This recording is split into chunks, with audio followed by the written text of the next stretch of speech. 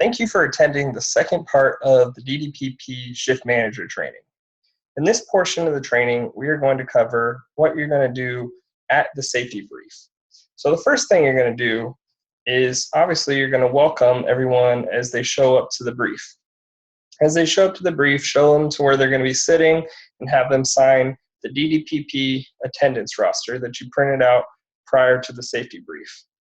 If anyone shows up that's an active driver team, which means that they drive downtown to pass out flyers and they're the first ones to respond, at that point, you can give them the flyers to pass out that you printed off before the brief. Now, if they're a first-time volunteer, they're actually going to have to stay and attend the briefing. But if they're just picking up flyers, then you just give them flyers and let them go.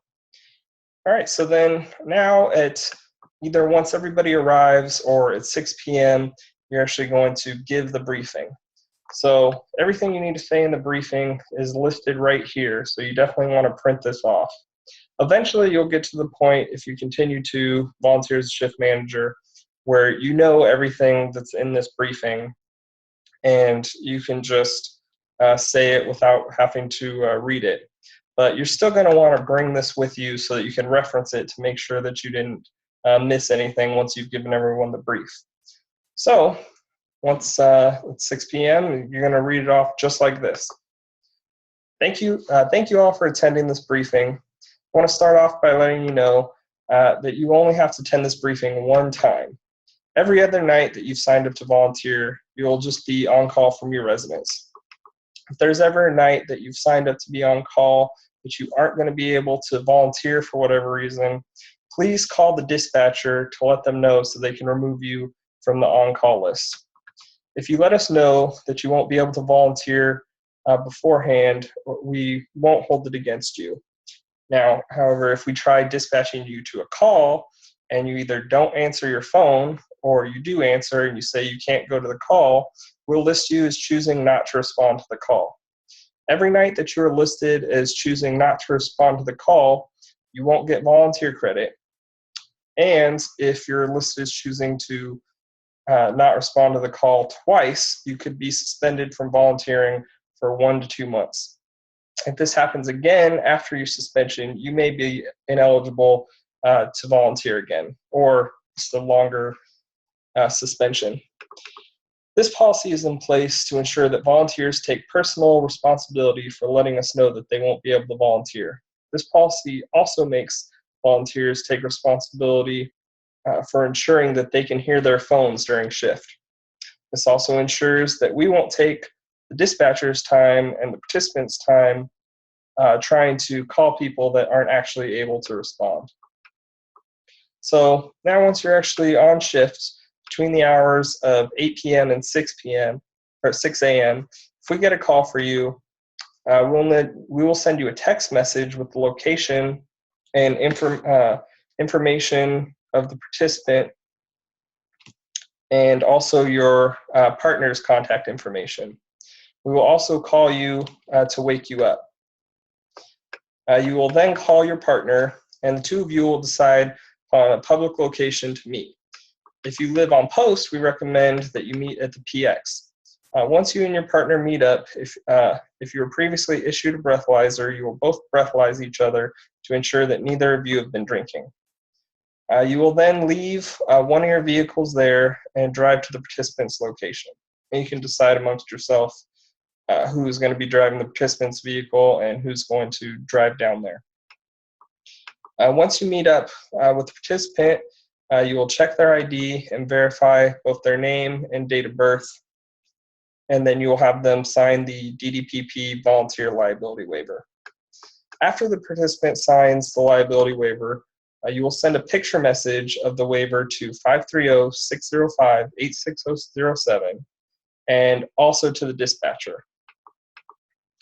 Keep the liability waiver with you after you've dropped off the participants, and you can hang on to them and turn them in once you come to pick up your certified copy of your volunteer hours. All right, if you've previously been issued a breathalyzer, you will use it on the participant, and if they're above a 0.28, or appear intoxicated above the point where they might need medical attention, you'll transport them to the nearest hospital or call 911. Next, as long as everything's good to go with the participant's alcohol level, you'll drive the participant's vehicle so you'll go to the participant's vehicle and you'll take pictures with your phone of any previous damage, any scratches, dents, or anything like that. Next, you will check the vehicle for current insurance, current registration, and any safety issues, including cracked windshield, bald tires, defective seat belts, and you'll ensure that the vehicle has enough gas. If there's any issues with the vehicle, you will leave it there, and you'll just drive the participant home in the vehicle that you guys drove out there. The one exception is if the vehicle's low on gas. You can ask the participant if they want to stop and get gas, and if they do, let your partner know which gas station you're going to be going to. When you get to the gas station, do not pay for the participant's gas. Make them pay for their own gas. If they get there, they don't want to do it, just leave the vehicle at the gas station. If at any point before you drive the participant home, if they become belligerent, seem hostile, aggressive, flash anyone, do anything to break the law, or if they just do anything to make you feel uncomfortable, do not drive them home. Make an excuse such as, I have to go to the bathroom, and then call us. We'll get them a taxi, make sure that they get home safe. You're there to make sure they get home safe, not put yourself in an unsafe situation. As long as there are no issues with the participant's vehicle, you'll convoy to the participant's residence. Once you arrive at the participant's residence, if they were near a .28 before, so if they're at a .20 or above, then you'll rebreathalyze them to make sure that their BRAC did not rise above a .28. If the participant refuses to get rebreathalyzed and they just want to go inside, do not stop them or try and restrain them. Just let them go inside and call us. That comes straight from JAG. Once the participant is safely dropped off, you'll return to the location that you met up with your partner initially, and then you can go home and go back to sleep. The DDPP rules include: do not enter the participant's residence, do not deviate from the route to the participant's residence, or go off by yourself with the participant.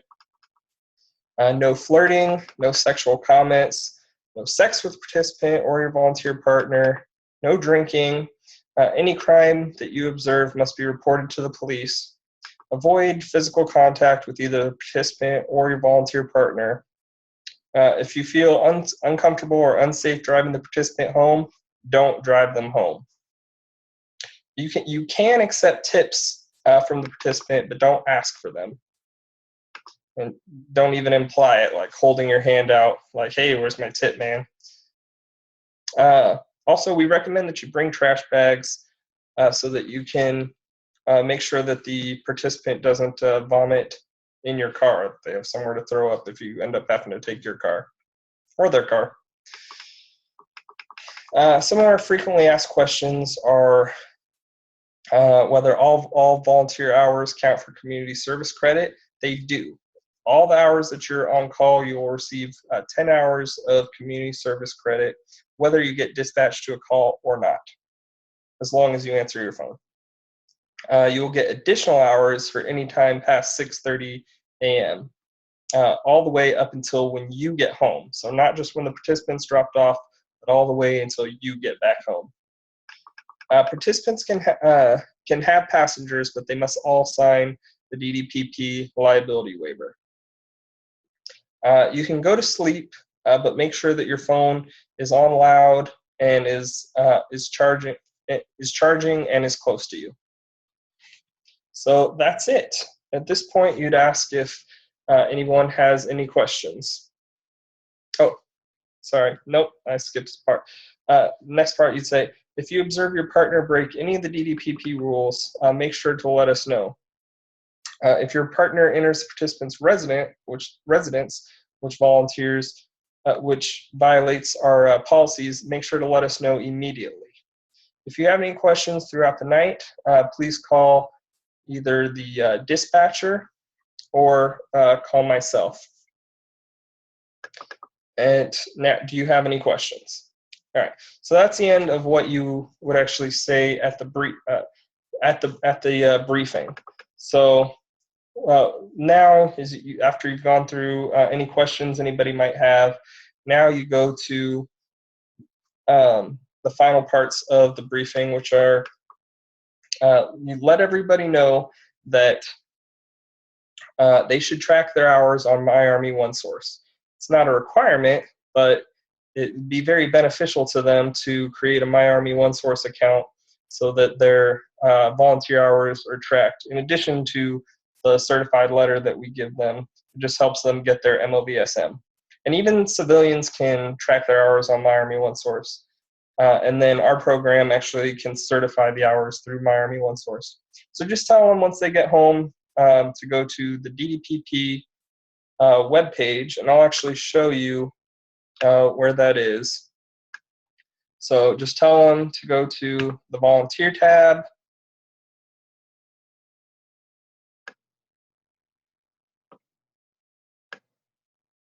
and have them scroll down to MyArmy OneSource.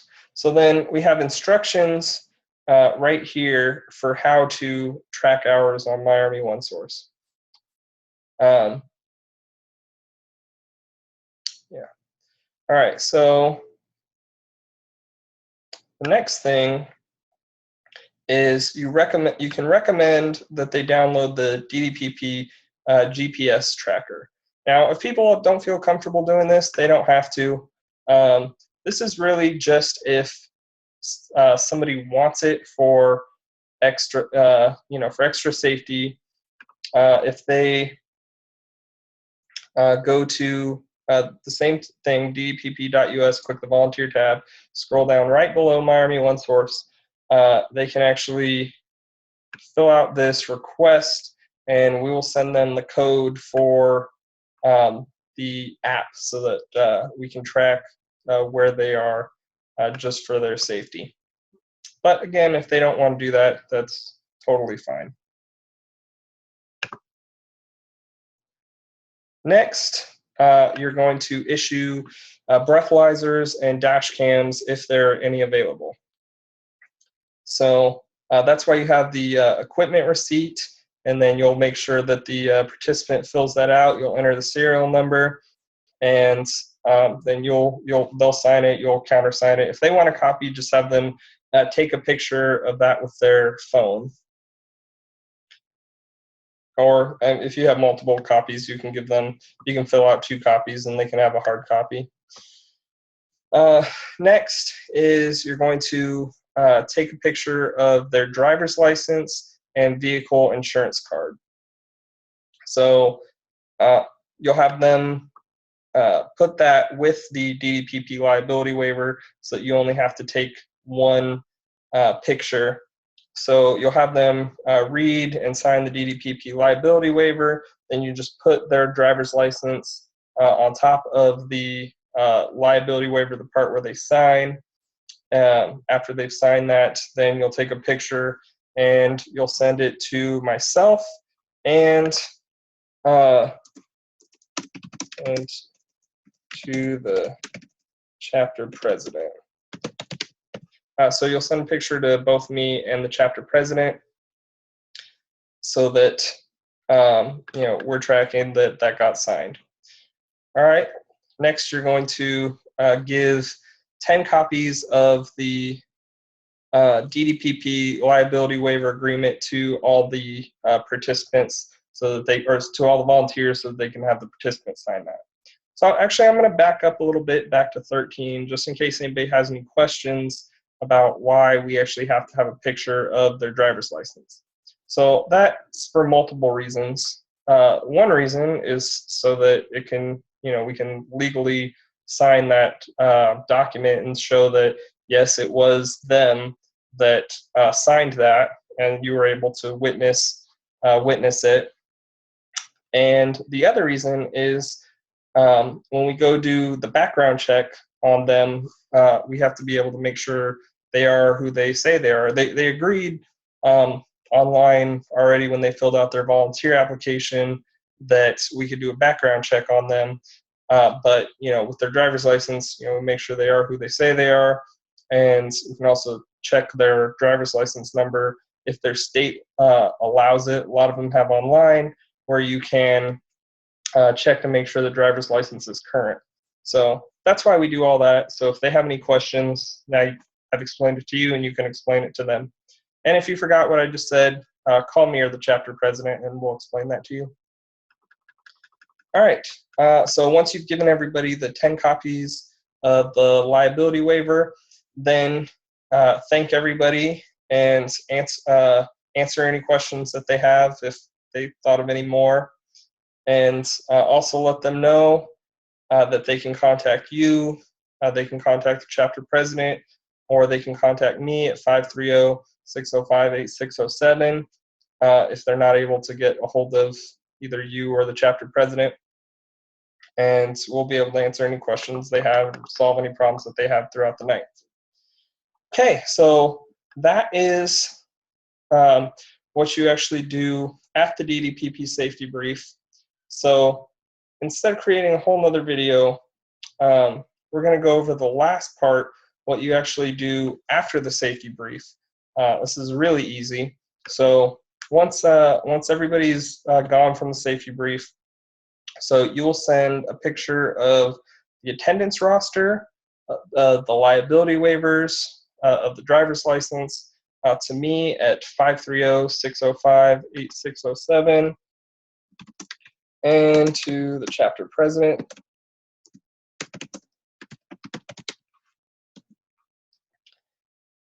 And lastly, at some point throughout the month, you're going to meet up with the operations officer so that they can pick up all those signed volunteer liability waivers. So you've already sent the picture message, but then our chapter operations officer, they should call you. You really don't have to worry about it, but just so you know, they're going to call you so they can pick up the copies of those waivers to file them. Also, if you want to review the DDPP Constitution and bylaws, which will help you answer any questions, that can be found on the More Info tab of ddpp.us, down where it says Documents. Right here, the Constitution and bylaws. So yeah, review that just so that when people have frequently asked questions, you'll know how to answer it and you won't have to keep calling chapter president. Don't feel bad calling chapter president, especially the first few times, to figure out how to answer it, or if you can't get a hold of him, call me, because I mean, you are learning, and just this video alone isn't going to fully teach you how to do this. A lot of what you're going to be learning is going to be doing it with time, running the brief, and figuring out how things operate. And again, if you ever have any questions, please feel free to either call your chapter president or call me at 530-605-8607 anytime, day or night, and we will answer your questions and make sure you know exactly what you need to be doing. So thank you for volunteering as a shift manager, and I hope you have a great time volunteering.